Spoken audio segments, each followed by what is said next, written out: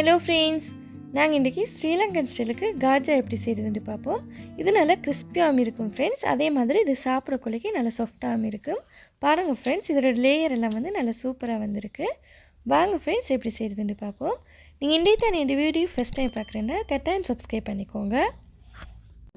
காஜா செய்கிறதுக்கு நான் இன்றைக்கி கொஞ்சமாக தான் செய்ய போகிறேன் ஃப்ரெண்ட்ஸ். சரியாக 1 கப் கோதுமை எடுத்துக்கிறேன். அதுக்கு இதில் 1 டேபிள் ஸ்பூன் சுகர் ஆட் பண்ணிக்கோங்க. இதுக்கு தேவையான அளவு சால்ட்டும் ஆட் பண்ணிவிட்டு சரியாக 2 டேபிள் ஸ்பூன் பட்டர் ஆட் பண்ணிக்கோங்க. இதை இந்த மாதிரி கொஞ்சம் நல்லா மிக்ஸ் பண்ணி விட்டுக்கோங்க.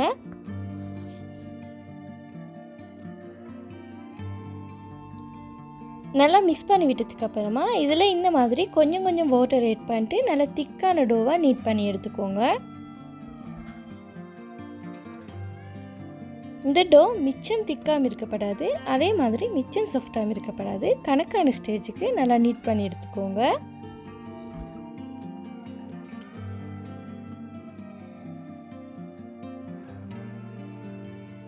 இப்போ நான் இதை ஒரு க்ளோத்தால் கவர் பண்ணிட்டு ஒரு 10 மினிட்ஸ்க்கு அப்படியே நான் வச்சுக்கிறேன். சரியாக 10 மினிட்ஸ் ஆயினதுக்கு அப்புறமா நான் இதில் மாவை வச்சு தட்டத்துக்காக வேண்டி இந்த மாதிரி கார்ன்ஃப்ளவர் ஸ்ப்ரெட் பண்ணிக்கிறேன்.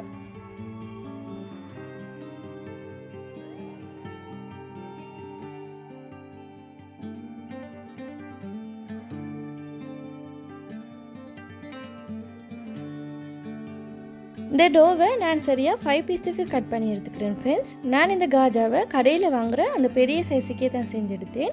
உங்களுக்கு வந்து அதை விட சின்னதாக செய்யணுன்றால் இந்த டோவை சரியாக 6 பீஸுக்கு கட் பண்ணி எடுத்துக்கோங்க.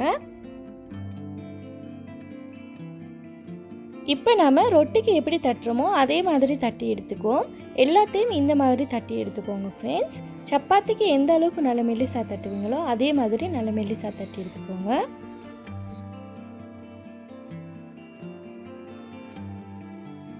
பாருங்கள் ஃப்ரெண்ட்ஸ், இதே மாதிரி தட்டி எடுத்துக்கோங்க எல்லாத்தையும்.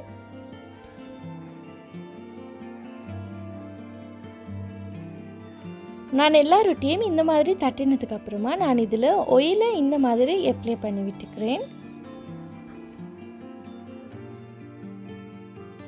இந்த மாதிரி எல்லா சைடும் ஆயில் நல்லா அப்ளை பண்ணதுக்கு அப்புறமா இதில் நாம் கார்ன்ஃப்ளவர் ஸ்ப்ரெட் பண்ணிக்குவோம். கார்ன்ஃப்ளவர் ஸ்ப்ரெட் பண்ண கொள்ளைக்கு கொஞ்சம் எல்லா சைடும் நல்லா படுறதுக்கு மாதிரி ஸ்ப்ரெட் பண்ணி விட்டுக்கோங்க ஃப்ரெண்ட்ஸ். அப்போ தான் காஜாவில் வந்து நல்ல லேயர் வரும். நான் இதில் செகண்ட் லேயர் வைக்கிறதுக்காக வேண்டி ஏற்கனவே தட்டி வச்சுருந்த ரொட்டியை இந்த மாதிரி வச்சுட்டு இதுலேயும் மறுபடியும் நான் ஆயிலை அப்ளை பண்ணிவிட்டு அடுத்ததாக கார்ன்ஃப்ளவரும் ஸ்ப்ரெட் பண்ணி விட்டுக்கிறேன். காஜாவில் லேயர் வரதுக்கு இந்த ஸ்டெப் ரொம்ப முக்கியம் ஃப்ரெண்ட்ஸ். அதனால் நீங்கள் வீடியோவை ஸ்கிப் பண்ணாமல் பாருங்கள். அப்போ தான் உங்களுக்கு இதே மாதிரி நல்ல லேயர் வந்து நல்ல டேஸ்டியான காஜா செஞ்சுருக்கேன்.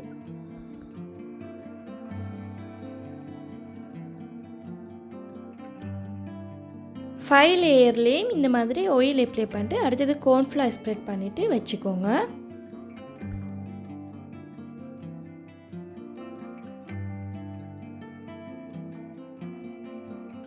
சம்டைம் நீங்கள் இது 6 பீஸாக கட் பண்ணியிருந்தீங்கன்றால் நான் இது 5 பீஸ் வச்சு செய்கிற மாதிரி நீங்கள் 3 பீஸ் ரெண்டாக வேறையாக செஞ்சு எடுத்துக்கோங்க இதே மெத்தட்டுக்கு.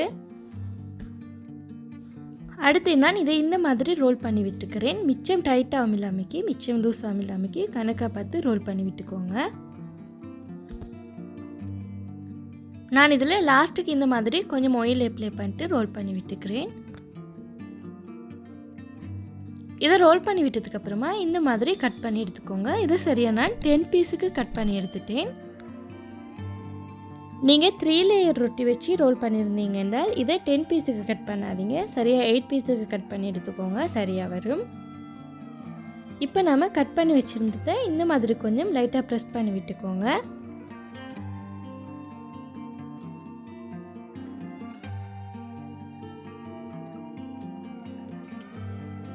மிச்சம் டைட்டாகவும் ப்ரெஸ் பண்ணிடாதீங்க, கொஞ்சம் லைட்டாக ப்ரெஸ் பண்ணி விட்டுக்கோங்க. எல்லாத்தையும் இந்த மாதிரி ப்ரெஸ் பண்ணி விட்டதுக்கு அப்புறமா நம்ம இதை இந்த மாதிரி தட்டி எடுத்துக்குவோம்.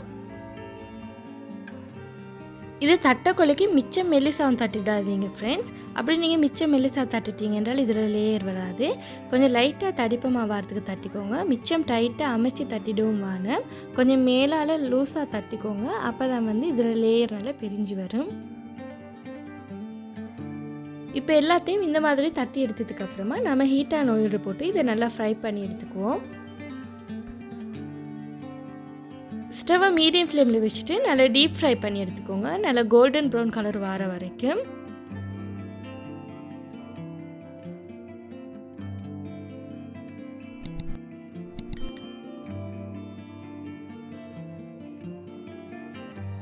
நல்லா 2 சைடும் பெரட்டி விட்டு நல்லா ஃப்ரை பண்ணி எடுத்துக்கோங்க.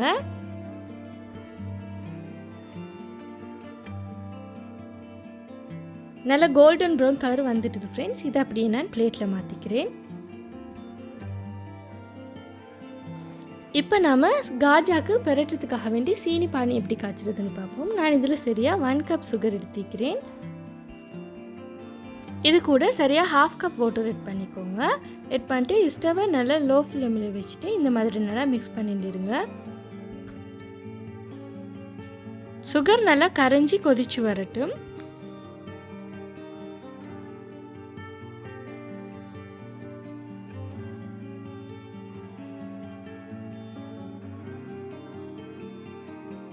சுகர் நல்லா கரைச்சி வேக கொலைக்கி இதை இந்த மாதிரி செக் பண்ணி பார்த்துக்கோங்க. இந்த மாதிரி ஒரு நூல் பதம் வரணும். இது எங்களோட ஊரில் ஒரு கம்பி பதம்னு சொல்லுவாங்க. இந்த மாதிரி கொஞ்சம் மிஸ்டேக்கியாக வந்துச்சுன்னா அப்படியே வந்து இதில் நாம் lemon juice 1/4 tablespoon add பண்ணிக்குவோம். லெமன் ஜூஸ் ஆட் பண்ணதுக்கப்புறமா இந்த சுகர் லைட்டாக கொதிக்க கொலைக்க அப்படியே ஸ்டவ் ஆஃப் பண்ணி விட்டுட்டு நாம் ஃப்ரை பண்ணி வச்சுருந்தேன் இந்த காஜாவை இதில் அப்படியே ஆட் பண்ணிக்குவோம். இந்த காஜாவை சுகர் சிரப்பில் மிக்ஸ் பண்ண கொள்ளைக்கி சுகர் நல்லா சூட்டோடு இருக்க கொள்ளைக்கே இந்த காஜாவை போட்டு மிக்ஸ் பண்ணிவிட்டு அப்படியே வெளியே எடுத்துடுங்க. நீங்கள் இந்த சுகர் சிரப் ஆறுனத்துக்கு பிறகு மிக்ஸ் பண்ணணுன்னு நினச்சிங்கன்னா இந்த சுகர் சிரப் கட்டி ஆகிடும். எல்லா காஜாவையும் இந்த சூட்டோடு இருக்க கொள்ளைக்கே டக்குன்னு மிக்ஸ் பண்ணிட்டு காஜாவில் நல்லா மிக்ஸ் ஆனதுக்கப்புறமா இதை அப்படியே குயிக்காக வெளியே எடுத்துடுங்க. மிச்ச நேரம் இந்த சுகர் சிரப்லேயே நீங்கள் வச்சுட்டு இருக்காதீங்க காஜாவை. இவ்வளோதான் ஃப்ரெண்ட்ஸ், எங்களோட காஜா ரெடி ஆகிட்டுது. நீங்களும் இதே மாதிரி ட்ரை பண்ணி பாருங்கள். நல்லா டேஸ்ட்டாக வரும்.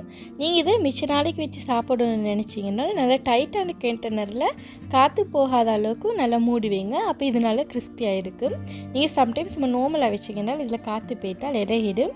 அது சொல்லிட்டு நல்லா டைட்டான கண்டெய்னர்லேயே வச்சுக்கோங்க.